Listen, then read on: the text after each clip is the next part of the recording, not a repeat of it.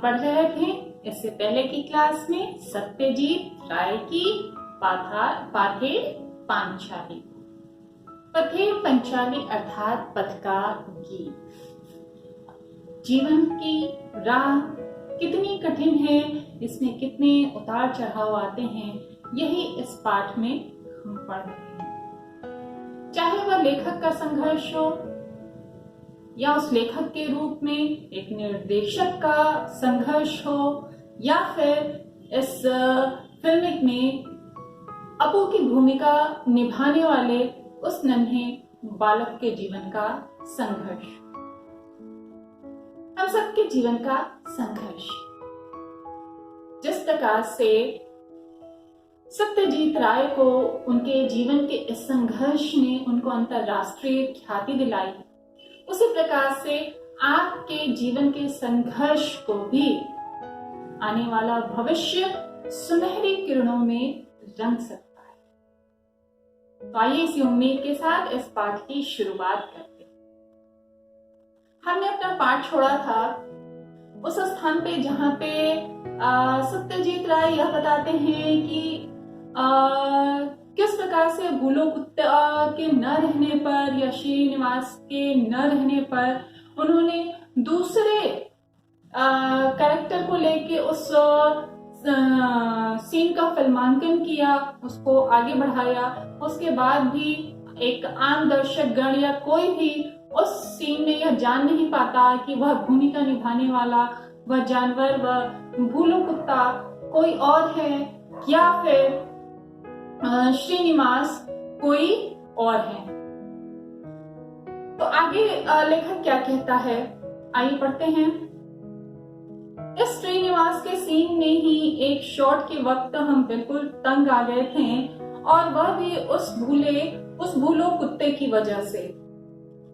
छोटे से पुकुर के पार मिठाई वाला खड़ा है और इस पार अपने घर के पास अपू दुर्गा मिठाई वाले की ओर ललचाई नजर से देख रहे हैं। क्यों मिठाई खरीदेंगे? क्यों मिठाई खरीदेंगे? मिठाई वाले के इस सवाल को वे ना में जवाब देते हैं, तब मिठाई वाला मुखर्जी के घर की ओर जाने लगता है। अपू दुर्गा से कहती है, दुर्गा अपू से कहती है, चल हम भी जाएंगे। भाई बहन दौड़ने लगते हैं और उसी समय पीछे झुरमुट में बैठा भूलो कुत्ता भी छलांग लगाकर उनके साथ दौड़ने लगता है। कैसा यह दृश्य है कि दो छोटे बच्चे हैं, वो मिठाई को ललचाई निगाह से देख रहे हैं, पर वो मिठाई नहीं खरीद रहे हैं। वो मिठाई खरीदे जाने, किसी और के द्वारा मिठाई खरीदे जाने से ही खुश है। उनके पीछे पीछे वह भूलो कुत्ता दौड़ पड़ता है। परंतु यहाँ पे जो लेखक है वो यह बताने का प्रयास कर रहा है कि उसको भूलो कुत्ते की वजह से कितनी परेशानी यहाँ पे आई है।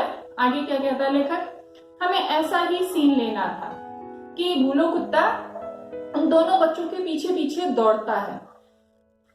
हमें ऐसा सीन लेना था, लेकिन मुश्किल यह है कि यह कुत्ता कोई हॉलीवुड का सिखाया हुआ नहीं था। इसलिए यह बताना मुश्किल ही था कि वह अपू दुर्गा के साथ भागता जाएगा या नहीं। कुत्ते के मालिक से हमने कहा था, अपू दुर्गा जब भागने लगता है तब तुम अपने कुत्ते को उन दोनों के पीछे भागने के लिए कहना। लेकिन शूटिंग के वक्त दिखाई दिया कि वह कुत्ता मालिक की आज्ञा का पालन नहीं कर रहा। इधर हमारा कैमरा चालू ही था। कीमती फिल्म जाया हो रही थी, फिल्म यानी रील, कीमती फिल्म जाया हो रही थी और मुझे बार बार चिल्लाना पड़ रहा था, कट कट।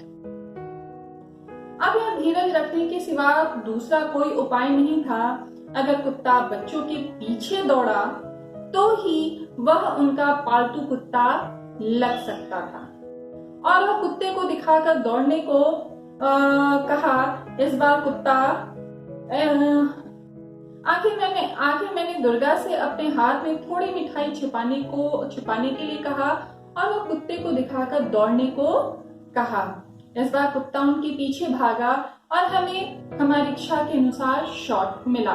यहाँ पे लेखक ये बताना चाहता है कि यदि हॉलीवुड का कोई के किसी फिल्म का फिल्मांकन करना हो तो वहां पे क्या होता है, वहां पे सिखाए हुए कुत्ते रहते हैं कि उनको उसके बाद वैसे वैसे सीन दर्शाते जाना है और वो जानवर भी करता चला जाता है। परंतु यहाँ पर एक गांव का कुत्ता रहता है और उसके साथ फिल्म के दृश्य का फिल्मांकन करना बहुत ही कठिन कार्य होता है, जिसको वो बड़ी मुश्किल से फिल्माते हैं। उसके लिए वह गणित लगाते हैं कि दुर्गा जो है अपने हाथ में मिठाई का छोटा सा टुकड़ा लेकर भागे और उस कुत्ते को लालच आए और उसके पीछे जाए, ताकि वह कुत्ता जो बुलू कुत्ता है उसे इस बात की उम्मीद है कि वह मिठाई उसे खाने को मिलेगी, वो पीछे पीछे दौड़ लगा देता है और लेखक यानी निर्देशक को उनकी इच्छा के अनुरूप जो है शॉट मिल जाता है।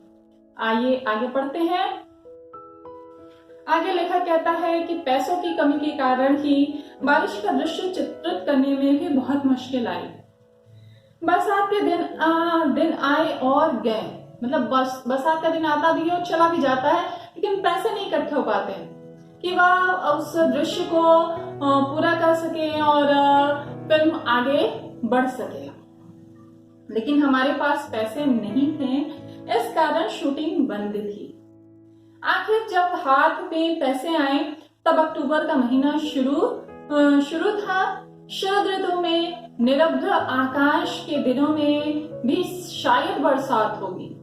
इस आशा से मैं, अपू और दुर्गा की भूमिका करने वाले बच्चे कैमरा और तकनीशियन को साथ लेकर हर रोज देहात में जाकर बैठा रहता था, सिर्फ एक उम्मीद में कि आज बादल लगेंगे, बारिश होगी।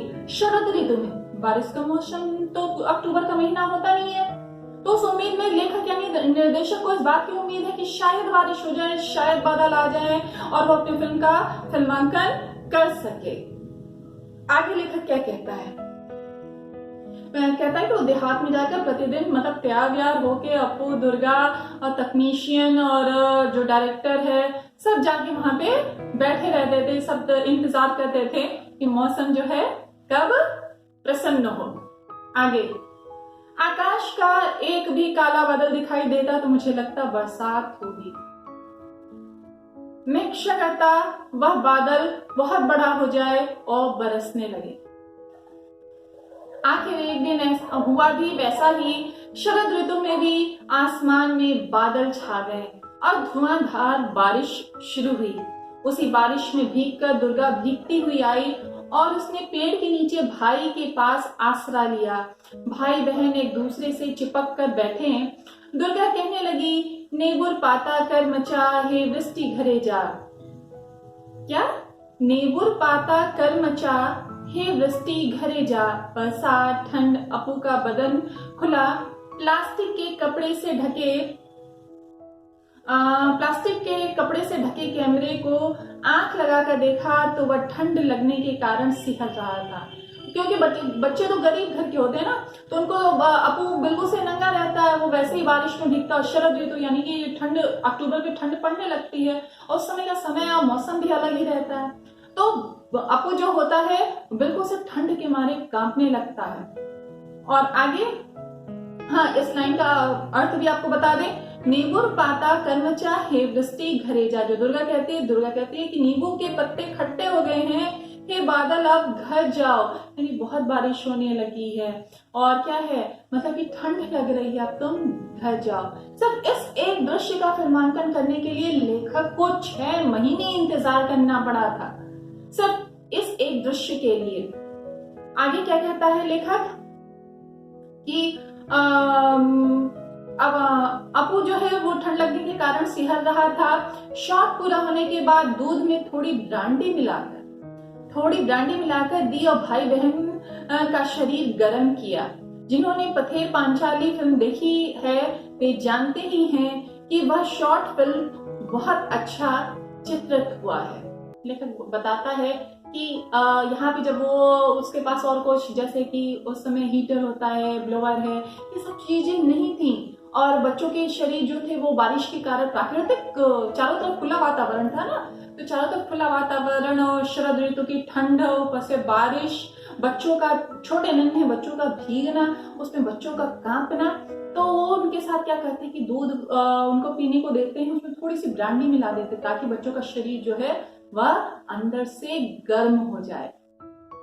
फिर आगे क्या कहते हैं कि शूटिंग की दृष्टि से गोपाल ग्राम की तुलना में बोडाल गांव हमें अधिक उपयुक्त लगा।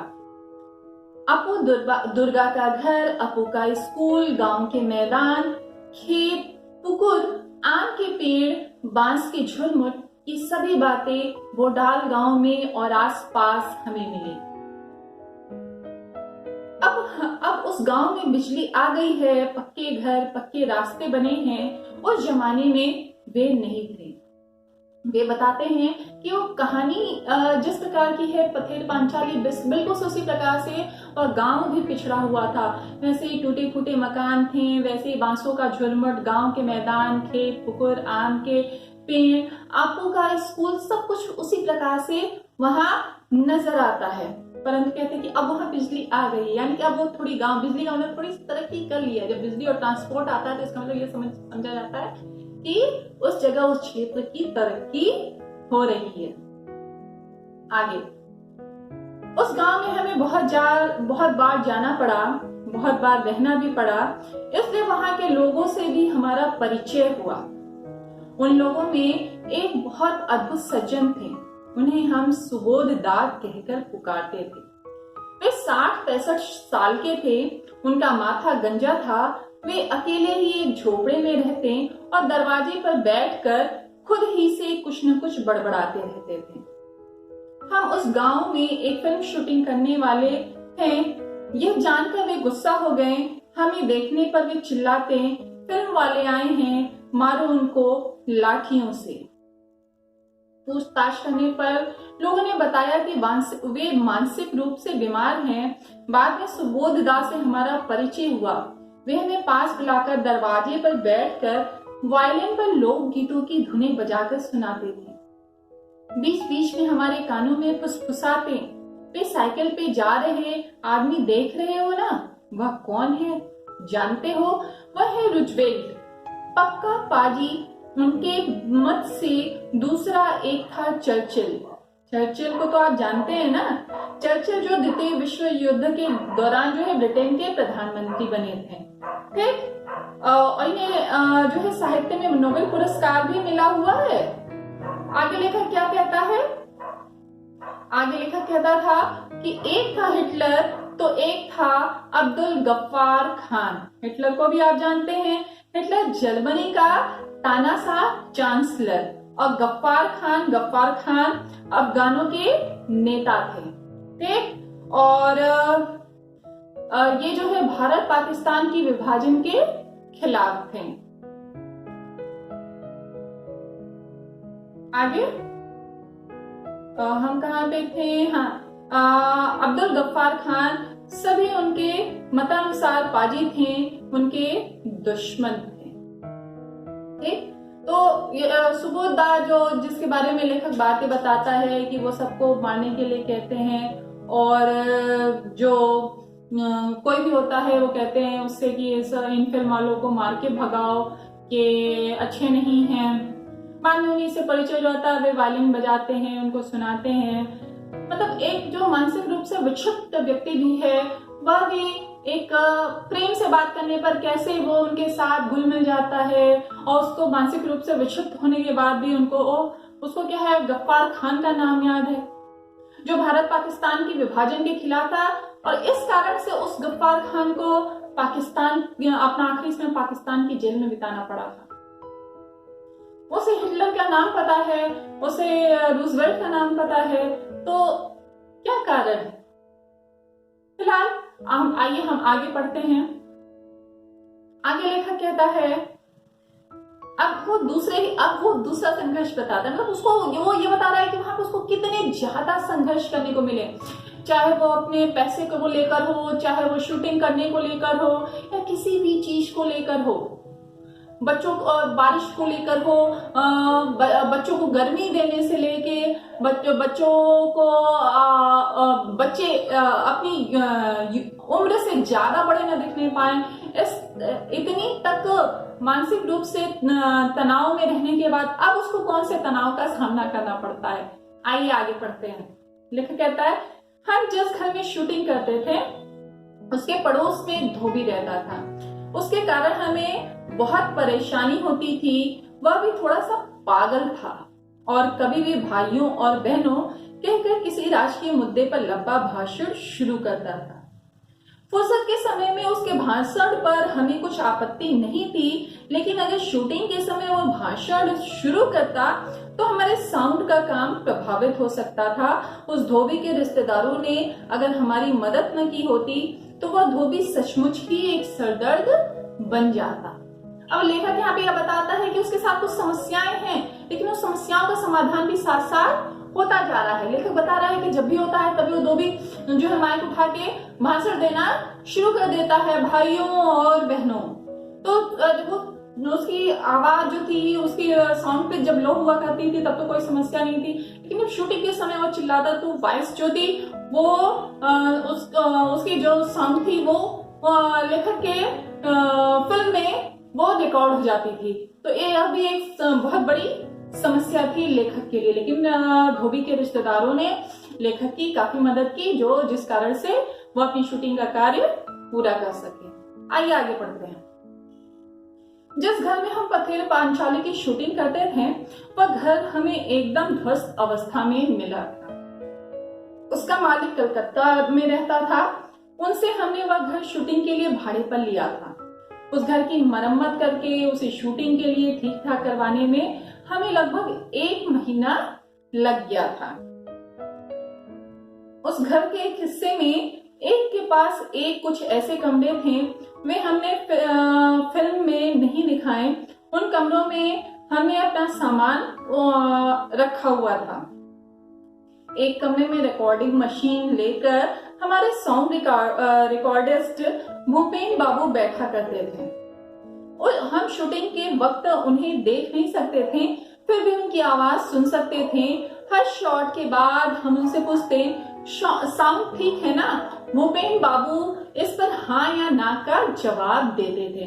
क्या होता है कि जहाँ पे पहले रिकॉर्डिंग होती थी, वो जहाँ रिकॉर्डिंग करते थे उसके जस्ट दूसरे कमरे में किसी और कमरे में साउंड की मशीन लेके भूपेन बाबू बैठे रहते थे। जब उससे वो चूंकि दिखता तो था नहीं, स्टूडियो तो था नहीं कि कोई ग्लास लगा हो या आज के समय का कोई आधुनिक समय हो जिसकी वजह से कुछ स्क्रीन वगैरह लगी हो कि हम उसको देख सके। तो साउंड था माध्यम की, साउंड से पूछा जाता था कि शॉट से जा रहा है, साउंड से जा रहा है, तो वहां से हुकारी भरा करते थे। अब क्या हो गया, आइए पढ़ते हैं। हाँ या ना में जवाब देते। एक दिन शॉट के बाद साउंड के बारे में उनसे सवाल किया, लेकिन कुछ भी जवाब नहीं आया। फिर एक बार पूछा, भूपेन बाबू साउंड ठीक है ना? इस पर भी जवाब न आने पर मैं उनके कमरे में गया तो देखा एक बड़ा सा सांप उस कमरे की खिड़की से नीचे उतर रहा था। वह सांप देखकर भूपेन बाबू सहम गए थे और उनकी बोलती बंद हो गई थी। यानी कि लेखक यहाँ पे यह बता रहा है कि लेखक को सिर्फ एक ही समस्या, एक ही संघर्ष नहीं देखना पड़ा। उसे जिस मकान में पथेर पांचाली की शूटिंग होनी थी वहां पे क्या था, उसको मरम्मत भी करवाना था, उसका भाड़ा भी देना था, आर्थिक तंगी भी थी और सारी समस्याओं के साथ साथ यह सांप जैसी समस्या भी उसके सामने खड़ी हुई। आगे और सांप हमने वहां आने पर कुछ दिनों के बाद देखा था। उसे मार डालने की इच्छा होने पर भी स्थानीय लोगों के मना करने के कारण हम उसे मार नहीं सके। वह वास्तु सर्प था और बहुत दिनों से वहीं रहता था। वास्तु सर्प यानी कि उस मकान में काफी समय से रहने वाला एक ऐसा सांप जो क्या करे, जो समय समय पर दिखाई देता है। उसे हम किसी घर में वो कहीं अंदर रहता, कभी वो समय समय पर दिखाई देता है। लोग कहते हैं, गांव वगैरह में कहते हैं, कभी घर में शादी ब्याह होता है या कुछ भी होता है तो वैसे वास्तु सर्प जो होते हैं वो निकल कर आते हैं और वर्तमान में उसको वास्तु सर्प को कुल देवता भी कहा जाता है और बांग्ला में उसे वास्तु सर्प कहते हैं। अर्थात वो जो सर्प था वह उस मकान का वास्तु सर्प था, यानी उस मकान का कुल देवता था। तो बच्चों, हमने इस जो पाठ को पढ़ा, हम इसमें यह जाना कि लेखक किस प्रकार से संघर्ष पे संघर्ष किए जा रहा है और उसे एक छोटी सी उम्मीद की जब उसके सामने चित्र बनाने को आता है तो वह वहीं पे उसने निर्णय करता है कि वह लेखक कि मुझे इस विषय पर फिल्म बनाना है। और एक फिल्मकार के लिए जब वो एक फिल्म बना रहा होता है तो उसके लिए वो फिल्म जो होगी एक अबूझ पहेली होती है। बनने या ना बन पाने के बनेगी नहीं बनेगी, पूरी होगी कैसे पूरी होगी, मतलब पूर्ण शंकाओं से जो लेखक है वह